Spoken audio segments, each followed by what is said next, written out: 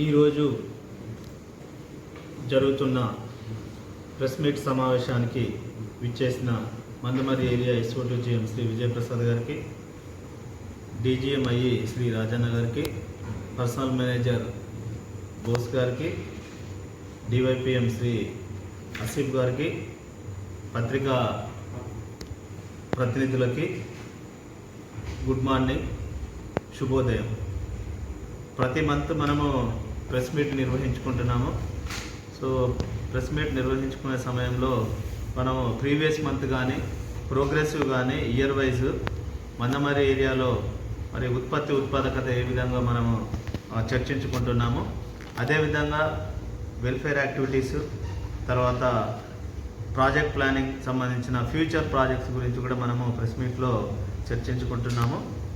ఈరోజు ఉత్పాదకత విషయానికి వస్తే మరి ఆల్రెడీ రాజన్న గారు చెప్పినట్టుగా మనకి ఫిబ్రవరి మంత్ టార్గెట్ 2,21,000 గాను మనము 2,08,984 సాధించి 95%తో ఉన్నాము.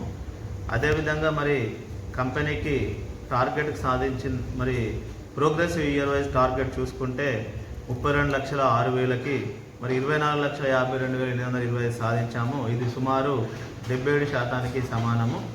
మరి సింగరేణిలో కూడా మరి అన్ని ఏరియాలతో పోల్చుకుంటే మన కంపెనీకి ఈ సంవత్సరం నిర్ణయించిన 72 మిలియన్ టన్నుల టార్గెట్, మరి 72 మిలియన్ టన్నుల టార్గెట్ సాధించే క్రమంలో మందమరి ఏరియా సుమారు 7,53,180 టన్నులు వెనుకబడి ఉన్నాము. మరి కంపెనీ కూడా 100% సాధించాలంటే ఈ 7,53,180 టన్నులను మనము ఇంకా ఈ రాబోయే రోజులలో అధిగమించాల్సిన అవసరం ఉంది. మరి ముఖ్యంగా మనకు ఉత్పాదకత తగ్గడానికి మెయిన్ రీజన్ ఏంటంటే మనకు RKOC ఎట్లాగూ మనకి 7 లక్షల టన్నులకు గాను సుమారు మనకి ప్రోగ్రెసివ్గా 131% తోటి మనకి 9,19,000 సాధించింది. RKOC ఈ ఫిబ్రవరి 28 తారీఖు నాటికి మరి ఉత్పత్తి ఆపరేషన్స్ బంద్ చేశాము.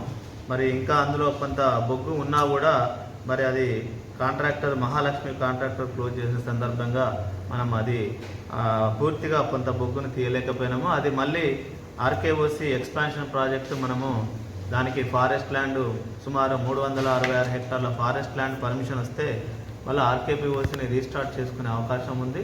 దానికి సంబంధించిన CA ల్యాండ్కి సంబంధించిన 3 డంపులను మనము ఇస్తున్నాము. KKOC, SRPOC, మరి RGOC1లో ఈ 3 సర్వే కంప్లీట్ అయిన తర్వాత మరి మనకి DFO గారికి ఆ రిపోర్ట్ మనం పంపిస్తే DFO గారు ఇన్స్పెక్షన్ చేసి మరి దానికి సంబంధించిన CA ల్యాండ్కి సంబంధించిన డీటెయిల్స్ ఇంకా అన్ని పర్మిషన్స్కి సంబంధించి రిపోర్టు CF గారు పంపిస్తారు.